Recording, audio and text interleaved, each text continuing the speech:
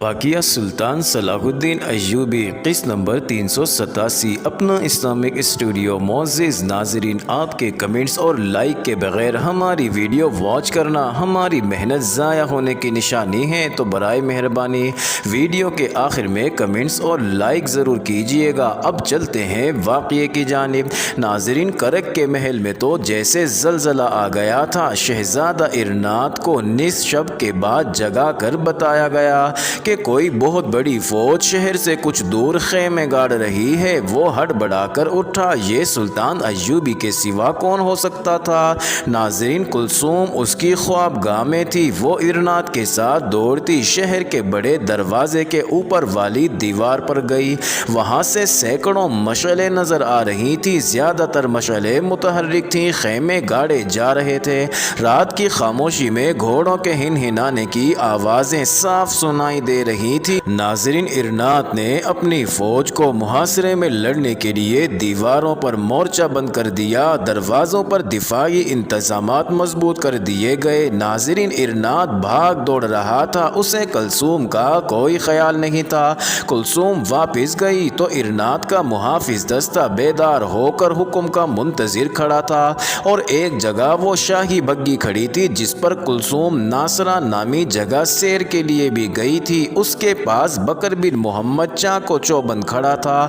وہاں ہر آدمی اپنی ڈیوٹی پر پہنچ گیا تھا۔ کلثوم نے حکم کے لہجے میں بکر سے کہا، سیبل، بگھی ادھر لاؤ۔ ناظرین، بکر بگھی لایا تو کلثوم اس میں بیٹھ گئی اور اسے کسی طرف لے گئی۔ ارنات کے حرم کی عورتیں بھی جاگ کر باہر آ گئی تھیں۔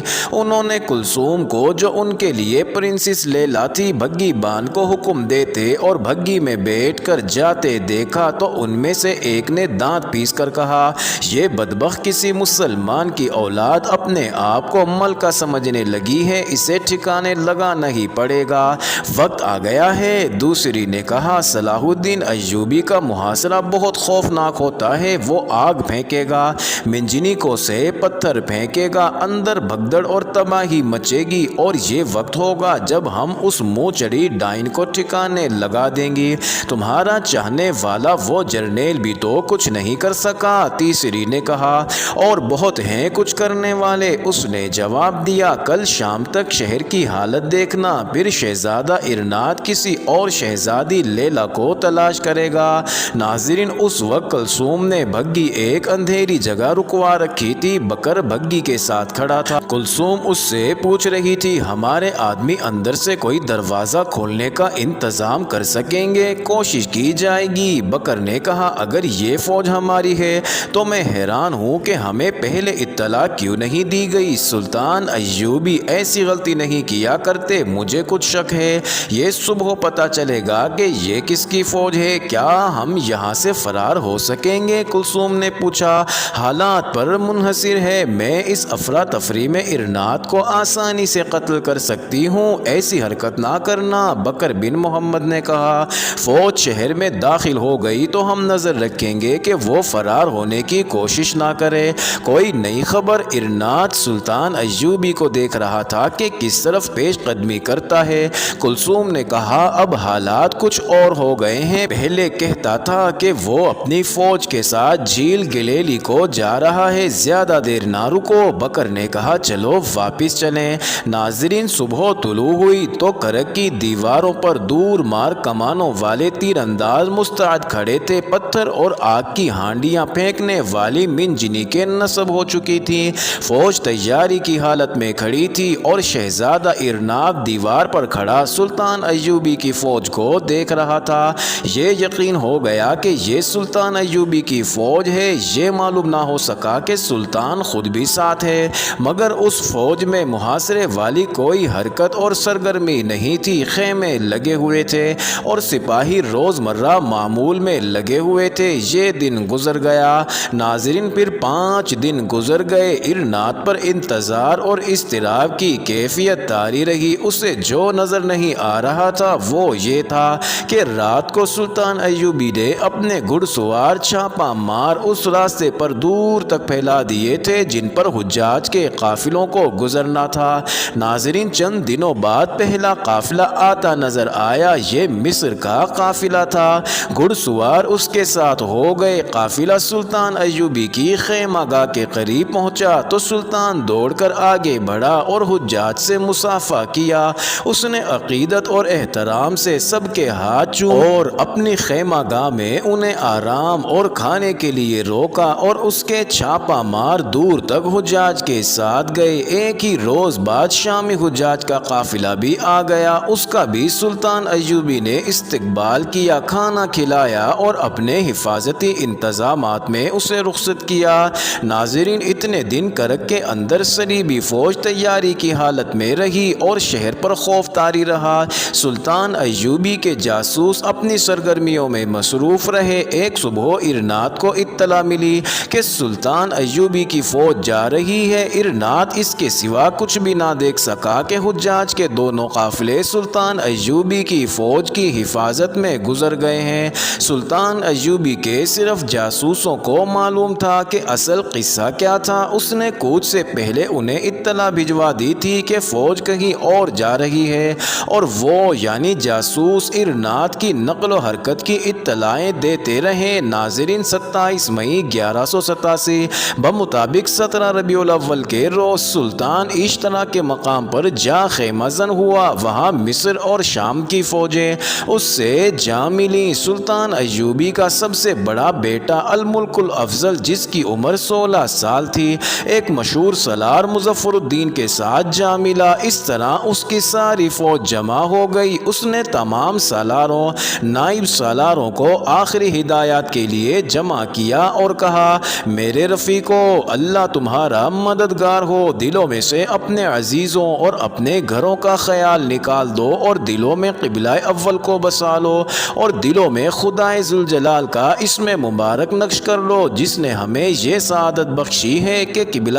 اول کو آزاد کرائیں اور اپنی بیٹیوں کی بے عزتی کا انتقام لیں جو کفار کے ہاتھوں بے آبرو ہوئی۔ اب ہم جو بات کریں گے وہ حقیقت کی کریں گے۔ ہماری تعداد دشمن کے مقابلے میں کم ہے اور آپ کا مقابلہ 7 صلیبی بادشاہوں کی متحدہ فوج کے ساتھ ہے، جس میں 2200 سر سے پاؤں تک زرہ بختر میں ڈوبے ہوئے نائٹ ہیں۔ ان کی دوسری فوج نیم زرہ پوش ہے۔ اس فوج کو یہ سہولت حاصل ہے کہ اپنے مستقر یعنی ہیڈ کوارٹر کے قریب ہے اور یہ سارا علاقہ اس کا اپنا ہے، جہاں اسے رسد کی کوئی دشواری نہیں ہوگی۔ ہمیں 2 جنگیں لڑنی ہیں، ایک براہ راست دشمن کے خلاف اور دوسری ان دشواریوں کے خلاف جو ہمیں درپیش ہیں۔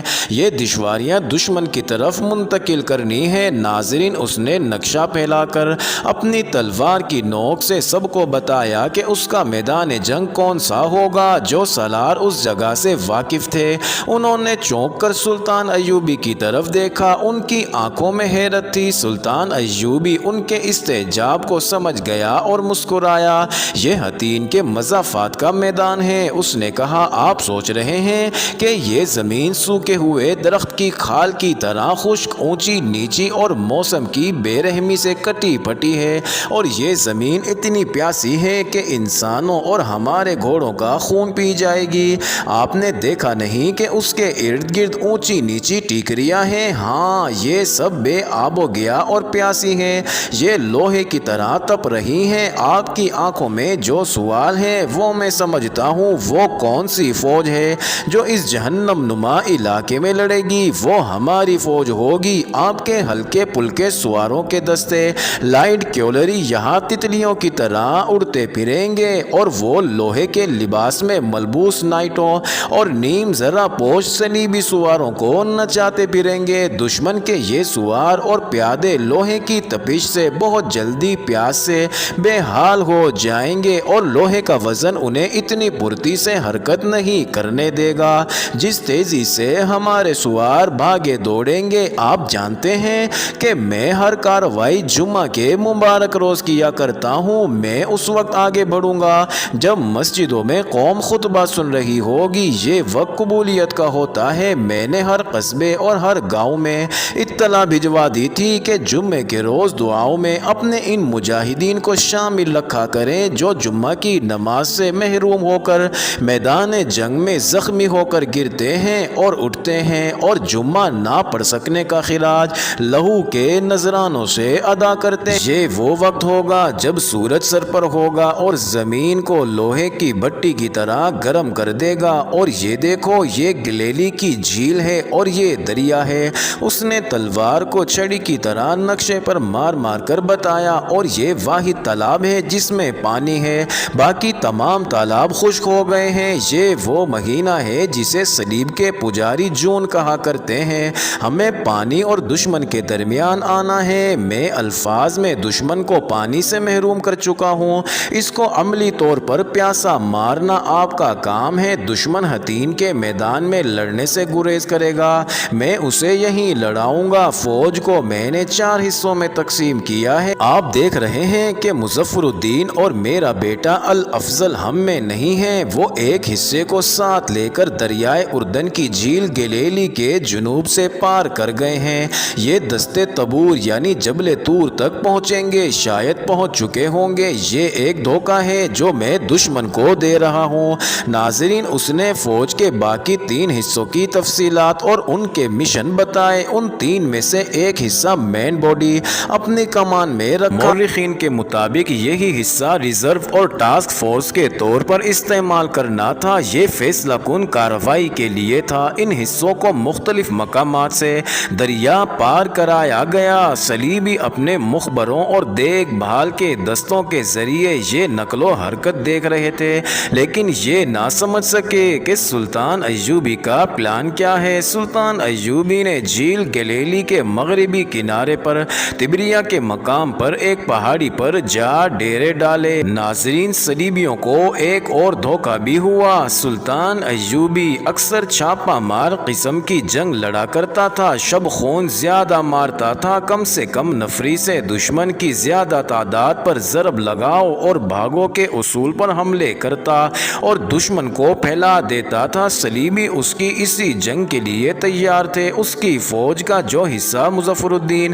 اور سلطان کے بیٹے الافضل کی زیر کمان دریا پار کر گیا تھا، اس نے صلیبیوں کی فوج کی چوکیوں آؤٹ پوسٹوں پر شب خون مارنے شروع کر دیے تھے۔ ناظرین، اس سے صلیبیوں کو یہ دھوکہ ہوا کہ سلطان ایوبی اپنے مخصوص انداز سے لڑے گا، لیکن اب اس نے کوئی اور ہی انداز سوچ رکھا تھا۔ چھاپہ ماروں کو اس نے حسب معمول وہی مشن دیے جو ہر جنگ میں انہیں دیا کرتا تھا۔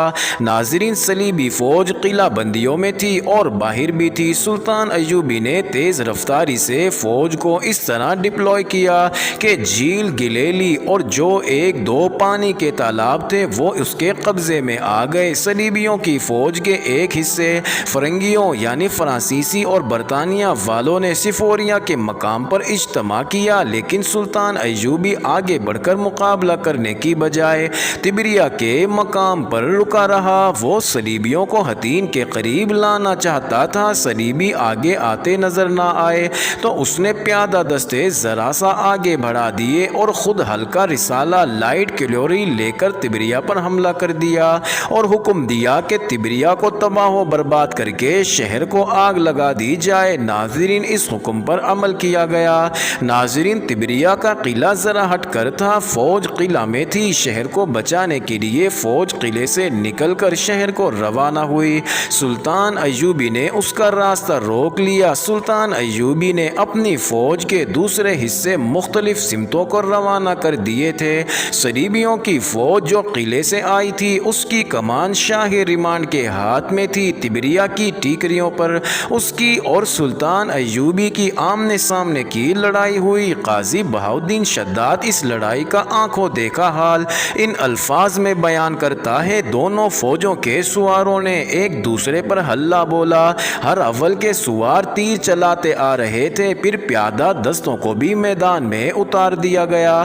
ناظرین، صلیبیوں کو موت نظر آنے لگی تھی اور مسلمانوں کو پیچھے دریا اور سامنے دشمن نظر آ رہا۔ ناظرین، پیچھے ہٹنے کے لیے ان کے پاس کوئی جگہ نہیں تھی، اس لیے دونوں فوجیں اتنے قہر سے لڑیں جس کی مثال تاریخ پیش نہیں کر سکتی۔ ناظرین، سارا دن لڑائی جاری رہی۔ رات مسلمان چھاپہ ماروں نے دشمن دشمن کو پریشان رکھا۔ دشمن کی فوج اور گھوڑے پیاسے تھے لیکن پانی پر مسلمان قابض تھے۔ چھاپا مار دشمن کو پانی کی تلاش میں جانے بھی نہیں دیتے تھے۔ اگلے روز صلیبیوں نے ٹیکریوں پر چڑھ کر لڑائی لڑی۔ مسلمان بڑھ بڑھ کر حملے کرتے تھے مگر صلیبی بلندیوں سے فائدہ اٹھا رہے تھے۔ ناظرین، مسلمانوں کا رسالہ چونکہ ہلکا تھا اس لیے انہوں نے ٹیکریوں کا گھیرا کر کے اوپر چڑھنا شروع کیا۔ پیادہ تیر اندازوں نے ان کے سروں کے اوپر تیر برسائے۔ اتنے میں صلیبیوں نے دیکھا کہ ان کے کمانڈر کا جھنڈا نظر نہیں آ رہا۔ یہ فوراً ہی معلوم ہو گیا کہ ان کا بادشاہ ریمانڈ میدان جنگ سے تیسری بار بھی بھاگ گیا ہے، حالانکہ اس نے صلیب اعظم پر ہاتھ رکھ کر اپنے اتحادیوں کا وفادار رہنے اور پیٹھ نہ دکھانے کا حلف اٹھایا تھا۔ ناظرین، مورخ لکھتے ہیں کہ صلیب اعظم حطین کی اس جنگ میں ساتھ لائی گئی تھی۔ صلیبیوں کے بھاگنے کے راستے مسدود ہو چکے تھے، وہ اب دفاعی جنگ لڑ رہے تھے، بلندیاں ان کی مدد کر رہی تھیں۔ یہ دن بھی گزر گیا۔ مسلمان فوج نے بے انداز خشک گھاس اور لکڑیاں جمع کر کے صلیبیوں کے ارد گرد آگ لگا دی۔ رات کو سلطان ایوبی کی فوج گھاس اور لکڑیاں جمع کرتی اور آگ تیز کرتی رہی۔ دن بھر کے پیاسے اور تھکے ہوئے صلیبی ٹیکریوں پر جھلسنے لگے۔ ان میں سے ایک دستے نے بھاگنے کی کوشش کی لیکن مسلمانوں نے ان میں سے کسی ایک کو بھی زندہ نہ جانے دیا۔ دوسرے دن صلیبی فوج نے ہتھیار ڈال دیے اور جرنیلوں سمیت سلطان ایوبی کی قید میں آ گئے۔ ناظرین، سلطان ایوبی کی فوج کے دوسرے 3 حصے مختلف جگہوں پر اس قسم کی جنگ لڑ رہے تھے کہ کبھی صلیبیوں کے پہلو پر حملہ کرتے اور نکل جاتے اور کبھی عقب پر حملہ کر کے ادھر ادھر ہو جاتے۔ 1-2 پیادہ دستے اس انداز سے دشمن کے سامنے رہے کہ آگے بڑھتے اور پیچھے ہٹ آتے۔ اس طرح دشمن حطین کے میدان میں آ گیا مگر اس وقت تک وہ اور اس کے گھوڑے پیاس سے ادموے ہو چکے تھے۔ ناظرین، 3 جولائی 1187 کے روز سلطان ایوبی نے اپنے پلان کی اس کڑی پر کارروائی شروع کر دی جو اس نے حطین کے لیے بنایا تھا۔ یہ بھی جمعہ کا مبارک دن تھا۔ اسے پہلے سے جاسوسوں نے، جن میں کلثوم اور بکر قابل ذکر ہیں، یہ بتا دیا تھا کہ 7 صلیبیوں نے اتحاد کر لیا ہے، لہٰذا سلطان ایوبی کی جنگی طاقت جو تھی سو تھی۔ اس نے اپنی چالوں، فوج کی تقسیم، چھاپا ماروں کے استعمال، دیکھ بھال کے انتظام اور میدان جنگ میں برق رفتار نقل و حرکت کے انداز میں رد و بدل اور کارگر طریقے اور داؤ سوچ لیے تھے۔ دشمن کو وہ بڑی خوبی سے حطین میں لے آیا تھا۔ ناظرین، ارد گرد کی قلعہ بندیوں اور آبادیوں پر وہ قابض ہو چکا تھا، پانی اس کے قبضے میں تھا اور اب موسم کا قہر اس کے حق میں تھا۔ ناظرین، دشمن جب حطین میں آیا تو وہ جان نہ سکا کہ وہ سلطان ایوبی کی نہایت خوبی سے تقسیم اور ڈپلوائے کی ہوئی فوج کے نرغے میں آ گیا ہے۔ ناظرین، سلطان ایوبی کے چھاپا ماروں نے دشمن کی دیکھ بھال کی چوکیوں اور گشتی جیشوں، آؤٹ پوسٹوں اور رسد کے لیے قیامت بپا کر رکھی تھی۔ رات کو وہ دشمن کو نہ آرام کرنے دیتے تھے نہ جرنیلوں کو سوچنے کی مہلت دیتے تھے۔ ناظرین، 4 جولائی 1187 کے روز سلطان ایوبی کی فوج کے درمیانی حصے نے آمنے سامنے حملہ کیا۔ ٹیکریوں کی وجہ سے میدان جنگ تنگ تھا۔ صلیبی ادھر ادھر سے آگے بڑھنے کی کوشش کرتے تو مسلمانوں کا لائٹ رسالہ حرکت میں آ جاتا ہے۔ تیر انداز بلندیوں پر تھے جہاں سے وہ صلیبیوں پر تیروں کا می برسا رہے تھے۔ ناظرین، سلطان ایوبی کی کیفیت یہ تھی کہ کبھی اوپر جاتا اور کبھی نیچے آتا اور اس کے برق رفتار قاصد پیغام لا اور لے جا رہے تھے۔ ناظرین، صلیبی نائٹوں کو ذرہ بختر جلا رہی تھی، ان کے گھوڑے پیاسے تھے، پانی سامنے نظر آ رہا تھا جو پیاس کو بڑھا رہا تھا۔ ناظرین، صلیبیوں نے کمک منگوا کر ایک جوابی حملہ کیا جو ان کی آخری امید تھی۔ جہاں انہوں نے حملہ کیا وہاں کی کمان تقی الدین کے ہاتھ تھی۔ اس نے حملہ روکنے کے لیے اپنے دستوں کو نیم دائرے کی شکل میں کر دیا۔ دشمن سیدھا اور سرپٹ آیا۔ تقی الدین نے نیم دائرے کے سرے بند کر دیے اور صلیبی گھیرے میں آ گئے۔ ناظرین، مسلمان سواروں نے انہیں کاٹ اور کچل ڈالا۔ اب جنگ کی یہ صورت تھی کہ صلیبی حتین کے میدان میں دفاعی جنگ لڑ رہے تھے۔ حتین سے دور ان کا اگر کوئی دستہ رہ گیا تھا تو اسے مسلمانوں نے وہیں بیکار کر دیا جہاں وہ تھا۔ ناظرین، یہ پہلا اور آخری موقع تھا کہ اقرا کا پادری محافظ صلیب اعظم صلیب الصلبوت سمیت میدان جنگ میں موجود تھا، یعنی جس صلیب پر صلیبیوں نے اسلام کو ختم کرنے کے حلف اٹھائے تھے وہ صلیب میدان جنگ میں لائی گئی تھی، مگر صلیبی بادشاہوں نے پیٹھ دکھانی شروع کر دی۔ معزز ناظرین، سلطان صلاح الدین ایوبی اور سلطان نور الدین زنگی کے خلاف بھڑکے مارنے میں پی ایچ ڈی کرنے والا شہنشاہ گائی آف لوزینان اپنے دو ساتھیوں کے ساتھ بھاگ رہا تھا کہ اسے مسلمان سواروں نے دیکھ لیا اور انہیں زندہ پکڑ لیا گیا۔ ناظرین، اقرا کا پادری مارا گیا اور صلیب اعظم مسلمانوں کے قبضے میں آ گئی۔ مشہور مورخوں نے اس صلیب کے متعلق بہت کچھ لکھا ہے۔ اس دور کی تحریروں سے پتہ چلتا ہے کہ بیت المقدس کی فتح کے بعد سلطان ایوبی نے صلیب وہاں کے عیسائیوں کو احترام سے واپس لوٹا دی تھی۔ ناظرین، شام تک جنگ حتین کا فیصلہ ہو چکا تھا۔ صلیبیوں کے جانی نقصان کا کوئی شمار نہ تھا۔ صلیبیوں کی لاشیں اتنی زیادہ تھیں کہ اگر صبح گنتی شروع کی جاتی تو سورج ڈھل جاتا۔ ناظرین، باقی فوج نے ہتھیار ڈال دیے تھے۔ سلطان ایوبی کے سامنے جو قیدی لائے گئے ان میں ریمانڈ کے سوا باقی 6 اتحادی بادشاہ تھے اور ان میں کرک کا شہزادہ ارناد بھی تھا جسے اپنے ہاتھوں قتل کرنے کی قسم سلطان ایوبی نے کھائی تھی۔ مورخ لکھتے ہیں اور اس کا تفصیلی ذکر قاضی بہاؤالدین شداد نے کیا ہے کہ سلطان ایوبی نے صلیبی بادشاہ جعفر کو شربت پیش کیا۔